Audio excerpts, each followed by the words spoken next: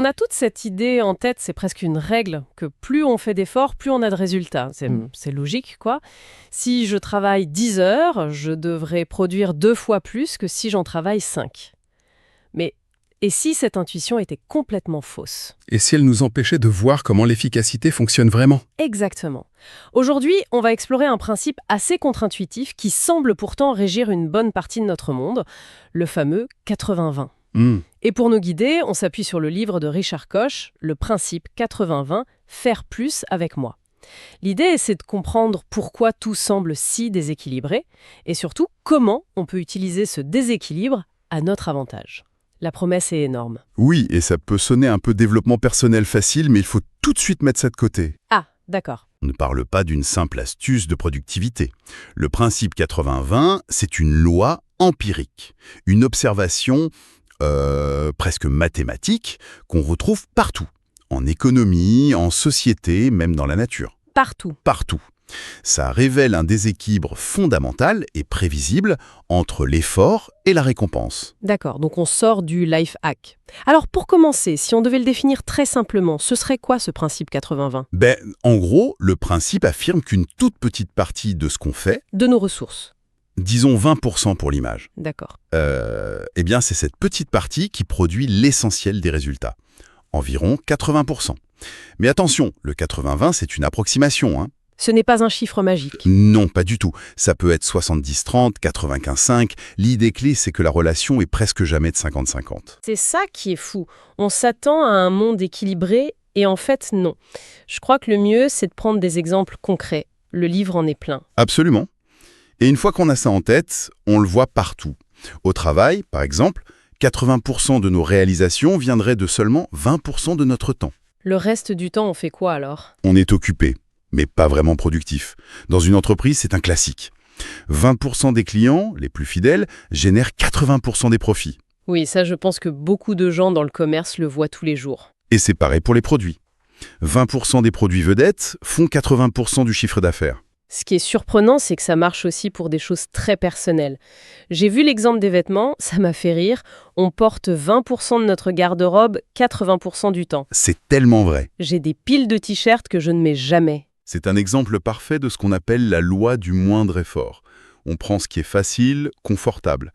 Mais ça s'applique aussi à des domaines plus sombres, hein. Ah oui. Les études en criminologie, par exemple. Elles montrent que 20% des criminels sont responsables de 80% des crimes. C'est énorme. Et pareil pour les accidents de la route. Une petite minorité d'automobilistes est impliquée dans une grande majorité des accidents. L'exemple qui m'a le plus marqué, c'est celui du moteur à combustion. Là, il n'y a pas de psychologie humaine, c'est purement mécanique. Ah, celui-là, c'est le plus pur. Dans un moteur de voiture, à peu près 80% de l'énergie de l'essence est juste perdue en chaleur. Perdu. Dissipée. Il n'y a que 20% de l'énergie qui est vraiment convertie en mouvement pour faire tourner les roues. Et pourtant, ces 20% sont responsables de 100% du résultat. C'est l'essence même du principe. C'est dingue. Cette idée de déséquilibre, elle ne sort pas de nulle part. D'où est-ce que ça vient historiquement?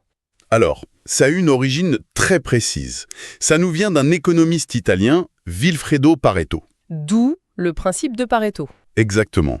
On est en 1897.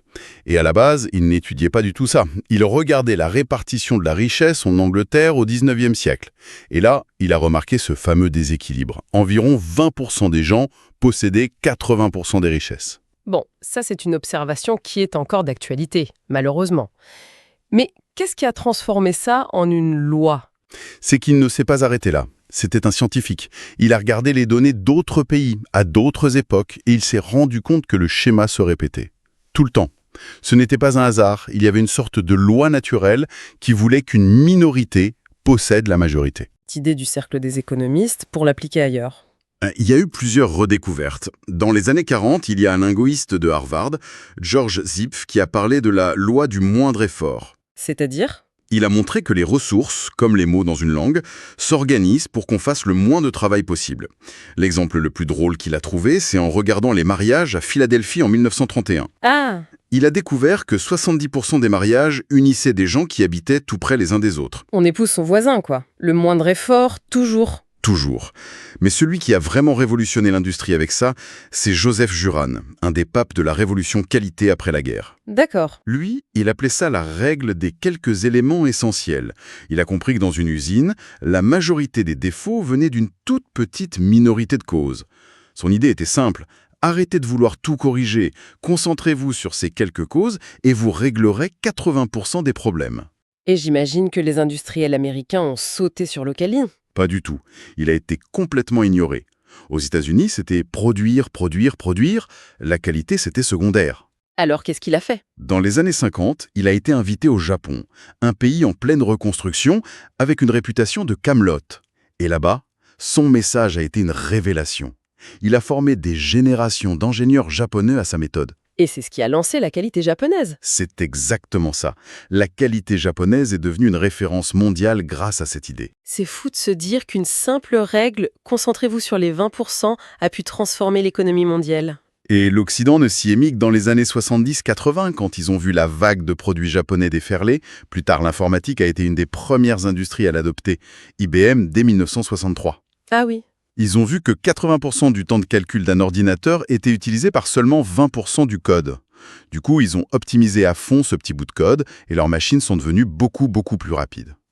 Jusqu'ici, on dirait un truc de productivité, mais le livre va plus loin, il fait le lien avec la théorie du chaos. L'idée, c'est que notre vision d'un monde linéaire, équilibré, est en fait une illusion. C'est le cœur du sujet. La pensée linéaire, c'est petite cause, petit effet. Grande cause, grand effet. La théorie du chaos nous dit non, c'est faux. L'univers n'est pas linéaire. C'est-à-dire? C'est-à-dire que de toutes petites causes peuvent avoir des conséquences gigantesques. Et le principe 80-20, c'est juste la manifestation la plus visible de ça. D'accord. Mais quels sont les mécanismes qui créent ce déséquilibre? Le premier, le plus puissant, ce sont les boucles de rétroaction. C'est l'idée qu'un avantage, même minuscule au départ, s'amplifie tout seul.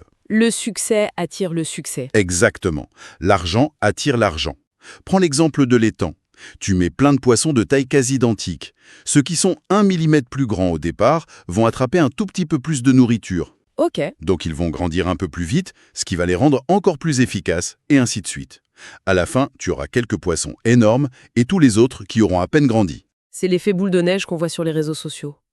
Un post qui a un peu d'engagement au début devient viral, les autres disparaissent. Précisément.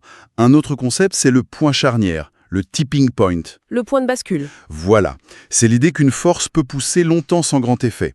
Et puis d'un coup, on passe un seuil invisible, et le moindre petit effort supplémentaire produit des résultats explosifs. Et le dernier mécanisme? C'est la sensibilité aux conditions initiales. Ce qui se passe au tout début, même un truc anodin, peut déterminer tout le résultat final. Une entreprise qui prend 10% d'avance sur un marché au début peut finir avec 60% de ce marché des années plus tard. L'exemple du cinéma dans le livre est hallucinant là-dessus. C'est un cas d'école. Une étude sur 300 films, le résultat est brutal. 4 films. Sur 300? Oui, 4 films, soit à peine plus de 1% du total, ont généré 80% de tous les revenus du box-office. C'est dingue, hein? 4 sur 300! C'est la boucle de rétroaction parfaite. Les premières critiques, le premier week-end, le bouche à oreille. Ça propulse une poignée de films et tous les autres, même s'ils sont bons, passent à la trappe. Le système amplifie les gagnants. C'est fascinant, mais ça peut être un peu décourageant. La question qui me brûle les lèvres, c'est d'accord, le monde est déséquilibré, mais comment on fait pour ne pas être du côté des 80% qui rament pour rien? Alors, l'auteur distingue 2 approches, l'analyse 80-20 et la pensée 80-20. D'accord. L'analyse 80-20, c'est la méthode quantitative. La méthode dure. Tu prends des données, un tableur, et tu mesures. Une entreprise va analyser ses clients pour trouver les 20% qui font 80% de la marge pour les chouchouter. C'est factuel, rigoureux. Et la deuxième approche, j'imagine qu'elle est plus accessible. C'est la pensée 80-20. C'est plus qualitatif, plus intuitif. C'est un réflexe mental. C'est se demander tout le temps quels sont les 20% d'activités qui génèrent 80% de mon bonheur ou quels sont les 20% d'efforts qui vont vraiment faire avancer ce projet. C'est un filtre pour séparer l'essentiel de l'accessoire. Et l'auteur, Richard Koch, il l'a appliqué à sa propre vie, c'est ça? Tout tellement. Il raconte que son premier déclic, c'était à l'université à Oxford. Son tuteur lui a dit un truc radical. Ne lis jamais un livre du début à la fin. Lis la conclusion, puis l'introduction, puis relis la conclusion. Ah oui, quand même. L'idée, c'était d'extraire 80% de la valeur d'un livre en 20% du temps. J'avoue que ça heurte mon côté bon élève. On a l'impression de tricher un peu. Je comprends. Mais le but n'est pas d'être superficiel, c'est de choisir où on veut aller au fond des choses. Il a fait pareil en devenant consultant. Il a vite compris que le client se fichait d'un rapport de 300 pages. Ce qu'il voulait, c'était les 2 ou 3 enjeux clés, Les fameux 20%. qui allaient produire 80% des résultats. Exactement. Et il a même appliqué ça à ses investissements personnels, avec une stratégie qui va à l'encontre de tout ce qu'on entend d'habitude.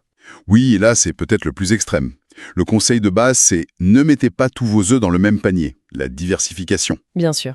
Lui, il a fait l'inverse.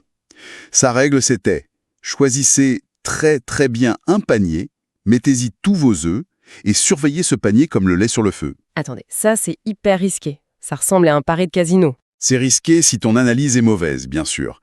Mais sa logique, c'est d'analyser plutôt que de parier sur tout le monde par ignorance. Fais un gros travail d'analyse pour trouver les quelques pépites, les quelques éléments essentiels, et concentre toutes tes ressources dessus. C'est une approche active, pas passive.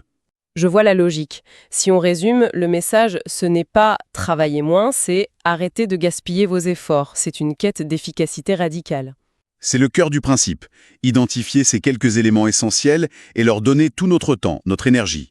Et, à l'inverse, apprendre à réduire ou même à abandonner complètement les nombreux éléments utiles.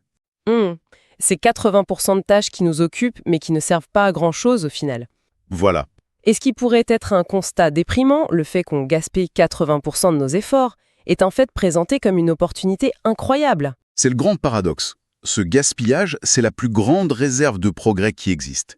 Si on arrive à réallouer ne serait-ce qu'un peu de nos efforts des zones à faible rendement vers les zones à haut rendement, le potentiel est immense. Pour finir, il y a cette citation du physicien Joseph Ford qui ouvre une perspective assez vertigineuse. Oui, elle résume tout. Ford a dit « Dieu joue au dé avec l'univers, mais les dés sont pipés.